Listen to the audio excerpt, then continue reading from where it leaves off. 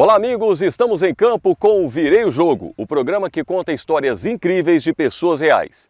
E a história de hoje é de uma jovem de 19 anos que aprendeu cedo sobre o cuidado com o próximo. Aos 7 anos, ela assumiu as tarefas de casa e a responsabilidade de cuidar do pai cadeirante. Ela transformou as dificuldades em amor. Não se esqueça de dar aquele like, se inscrever no canal e ativar o sininho de notificações. Dessa forma o YouTube entende que o conteúdo é importante e juntos vamos conseguir passar essa mensagem e boas histórias para mais pessoas.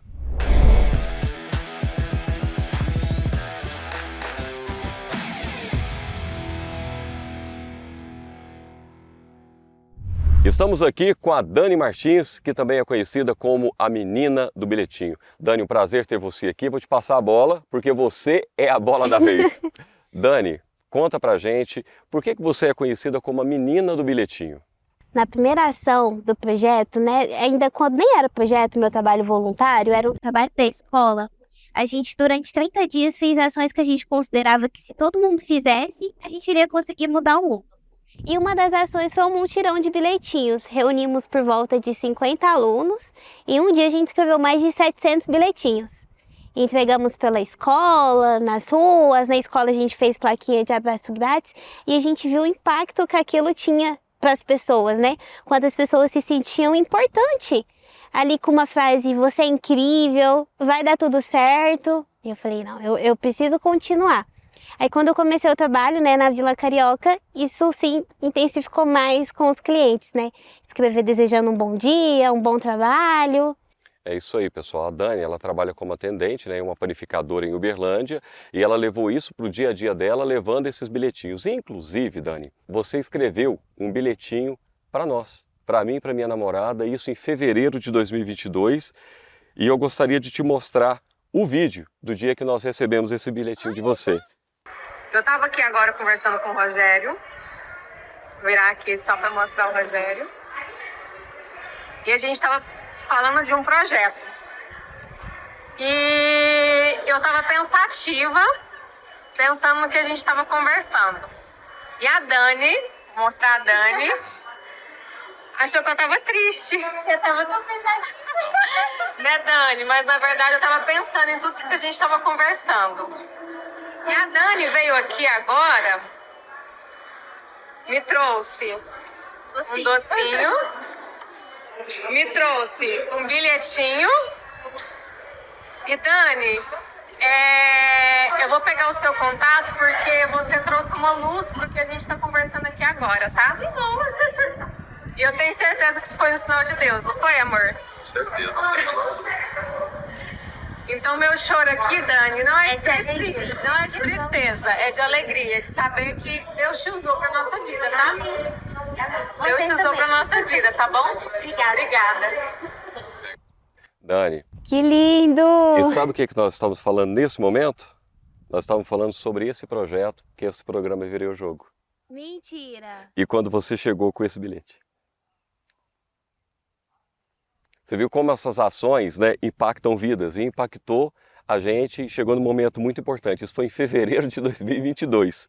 Esse cuidado e esse amor seu pelo próximo, ele começou muito cedo, Depois da separação dos seus pais, você decidiu cuidar do seu pai, que ficou cadeirante depois de um acidente de moto, e você tinha 7 anos de idade. Como foi assumir essa responsabilidade tão cedo? Foi transformador. E hoje eu vejo que não só para a minha vida, mas para a vida de muitas pessoas. Eu costumo falar assim que foi a maior aventura da minha vida, foi decidir ficar com meu pai. E sem dúvidas foi uma das aventuras mais emocionantes. Então, eu faria tudo de novo. Eu acho muito interessante a sua postura diante das dificuldades, Você nunca teve, você até fala, assim, foi uma grande aventura, uma grande emoção. Você nunca se vitimizou, Você trocou o vitimismo por ação e por amor, Exato. Eu peguei e falei, isso é o que aconteceu. Aconteceu um acidente, meu pai poderia morrer, meu pai poderia estar em uma cama até hoje. E não, hoje em dia ele anda apenas com o auxílio de uma muleta. Então isso já é muito motivo para agradecer, 10% da vida toda é o que acontece, 90% é como a gente vai reagir, né? Então eu olhei pra minha história e falei, como que eu vou reagir com tudo isso? Então vamos transformar vidas.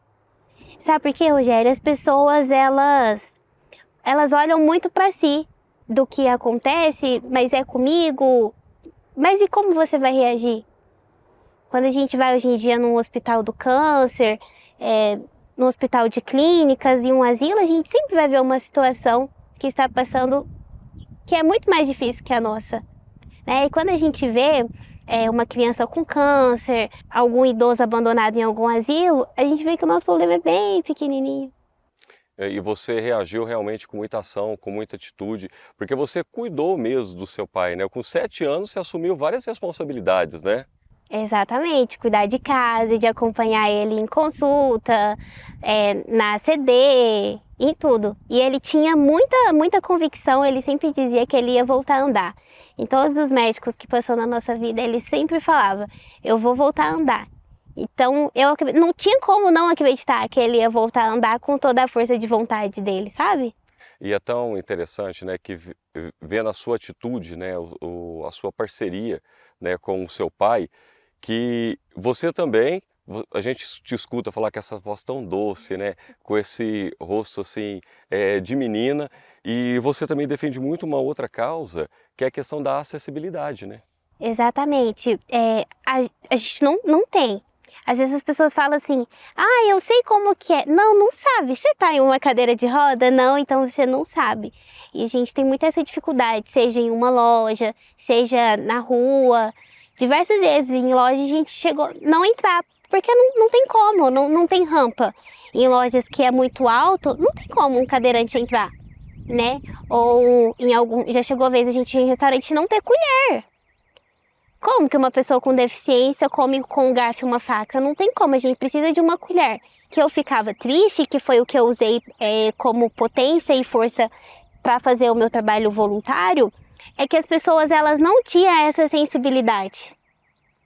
E tá tudo bem, eu também antes do acidente do meu pai não tinha. Então até acontecer com a gente não sabe como que é. Então, com 5 anos eu não entendi o que era ter uma pessoa com deficiência dentro de casa. Com 7 anos eu sabia. Eu sei o que é não conseguir entrar em uma loja. Então, é o olhar pro outro que a gente fala. É o olhar pro próximo. Então, pessoal, para quem está nos assistindo, realmente a gente tem que ficar como fiscais mesmo, e alertar e conscientizar os estabelecimentos sobre essa questão da acessibilidade.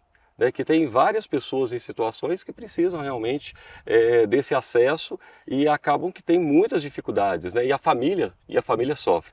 Agora, Dani, você é uma pessoa incentivadora de pessoas em geral, e até você tinha falado em relação à questão do seu pai. O seu pai, ele era cadeirante, né, depois do acidente, ele ficou na cadeira de rodas, mas você incentivou ele virar o jogo da vida dele. Exatamente. E sair dessa cadeira. Exato. Ele mesmo falava, às vezes de madrugada a gente acordava e um dos exercícios era uma bolinha que ele precisava apertar, e daí a fisioterapeuta explicava, olha, quanto mais você apertar essa bolinha, mais você vai conseguir abrir a mão.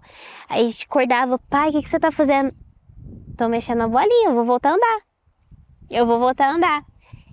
Não tem como não acreditar que o jogo não iria virar quando você acorda 3 horas da manhã e vê uma pessoa fazendo exercício e dizendo que ela ia voltar a andar.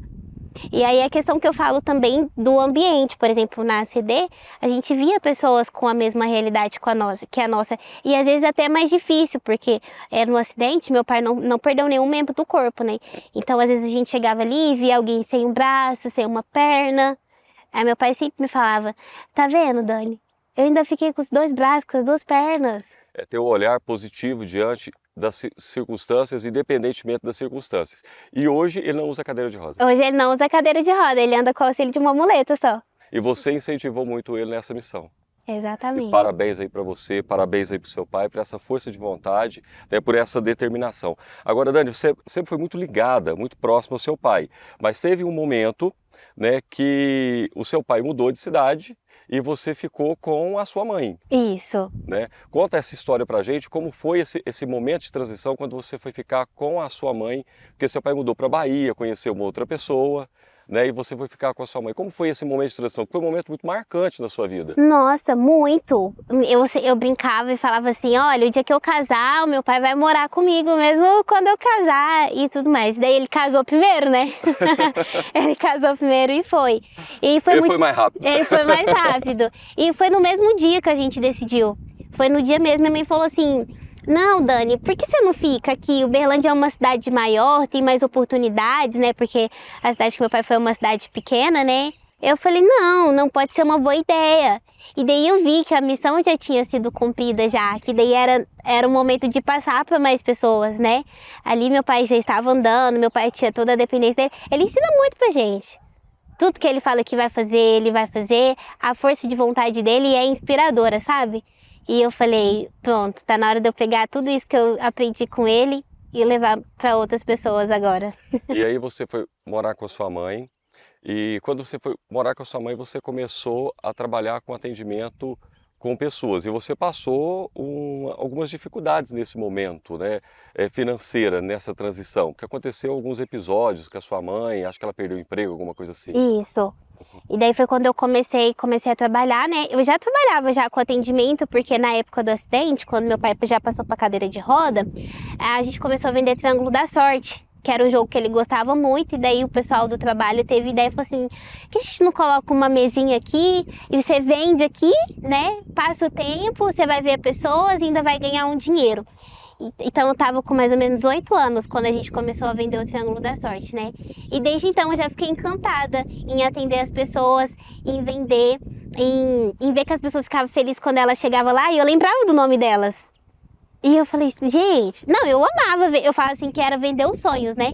Falar para as pessoas, olha, com 10 reais você pode ganhar um carro, você pode ganhar uma moto. E eu falava, gente, olha o poder da fala, o poder do impacto que a gente tem, né, na vida do outro. Então, eu já amava muito aquilo que eu fazia. Então, se eu amava vender um carro, uma moto que estava muito distante, na padaria, que era pão de queijo que estava ali na frente, aí era mais divertido E ainda. até sonho também, Até sonho também. que é delicioso. Tudo eu amava vender, falar que estava muito gostoso. E daí eu me encantei mais ainda por atender pessoas. Inclusive, na época eu queria muito fazer medicina, né? Estudava para prestar o vestibular de medicina, porque eu tinha uma escada, assim, que eu considerava que era para ajudar o próximo. E daí lá no topo estava fazer medicina. E daí, com o passar do tempo, eu entendi, não tirando nenhum valor da faculdade, mas eu entendi que aquilo que eu queria com a faculdade de medicina, eu já fazia.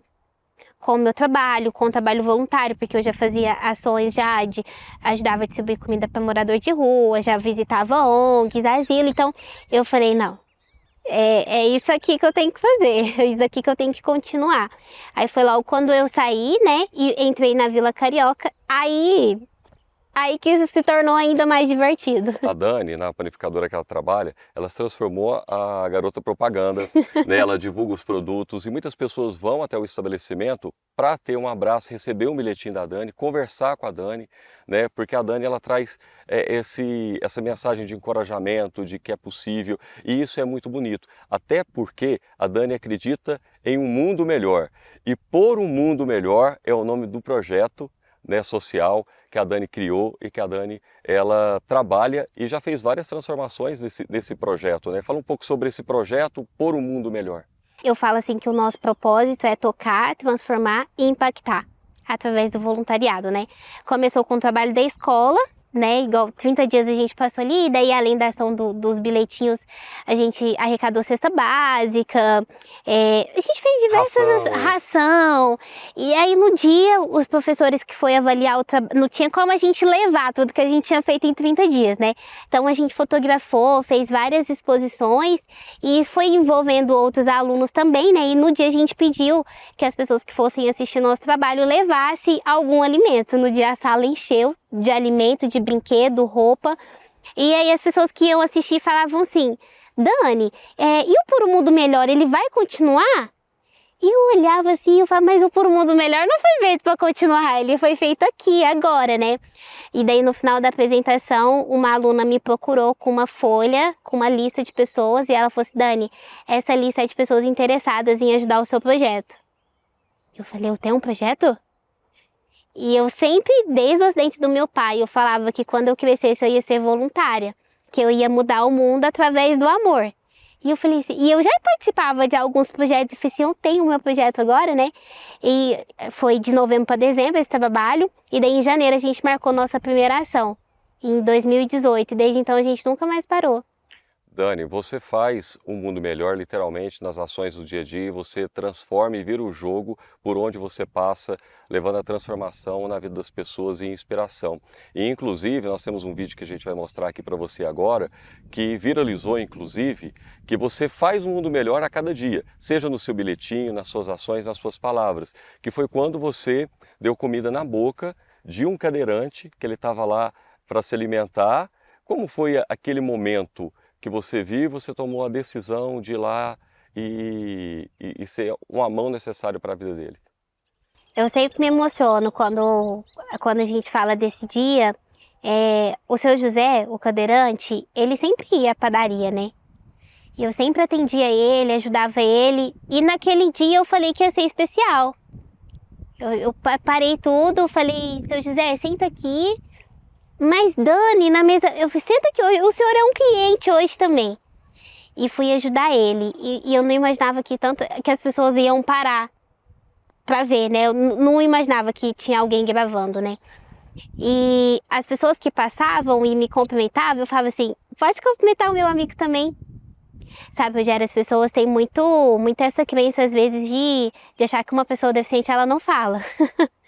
As pessoas fingem que realmente uma pessoa com deficiência não existe.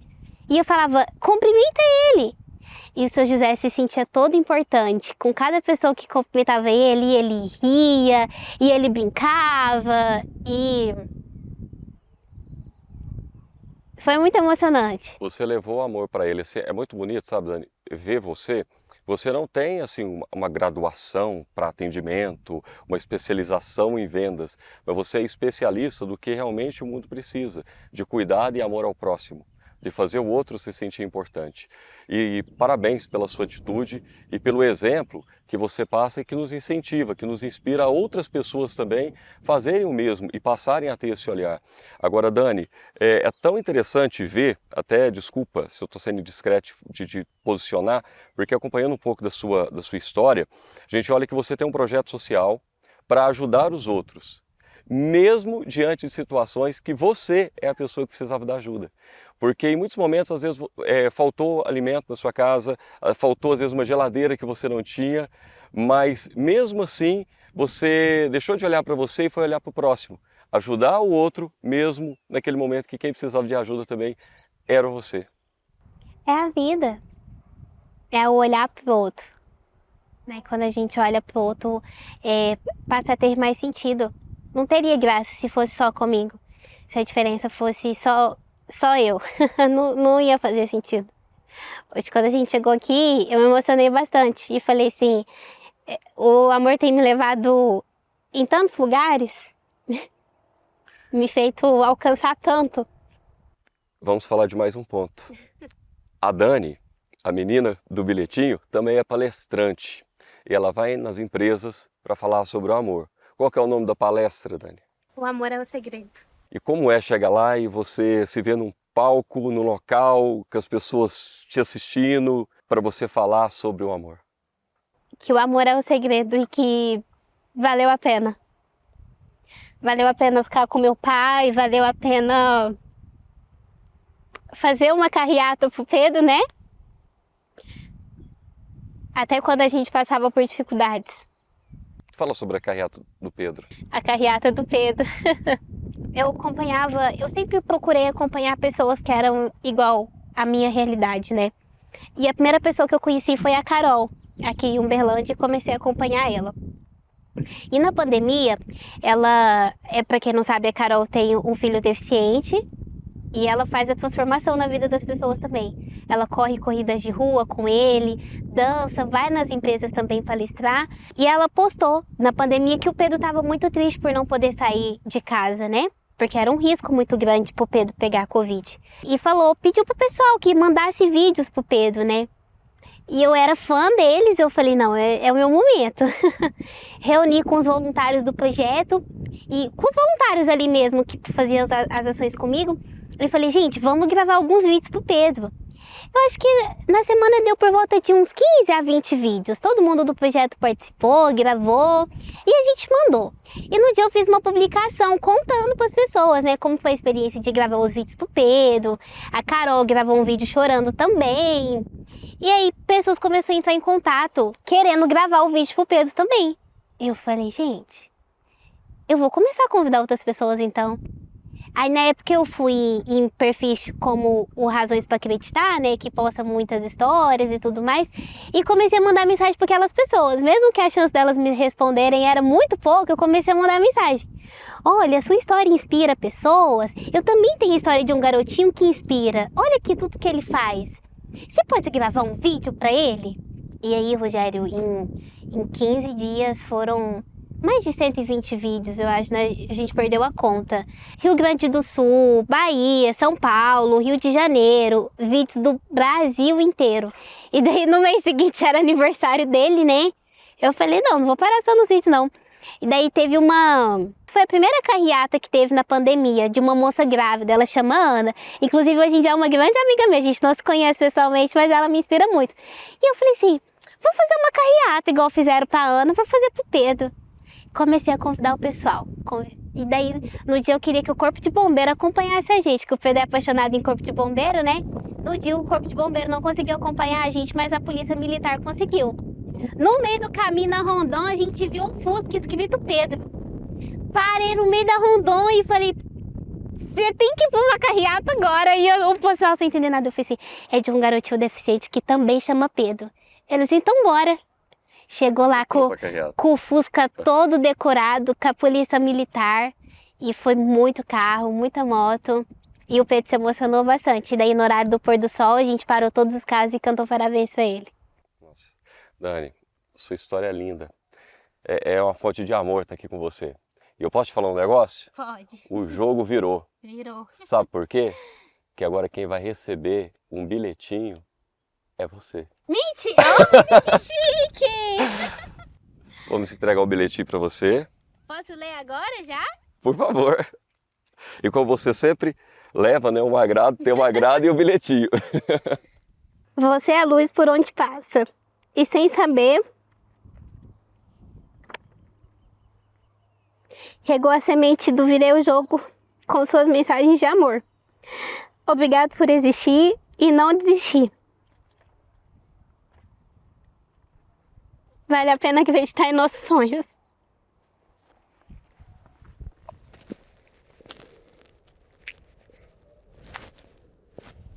Bom demais estar contigo. E as lágrimas regam a semente do amor, né? Eu sempre começo as palestras falando que se a gente pode sonhar, a gente pode realizar. Seja ele qual for o sonho. Eu sonhava em ser voluntária. Hoje em dia eu tenho um projeto com mais de 50 voluntários que ajuda centenas de pessoas. Eu sonhava em contar a minha história para motivar as pessoas.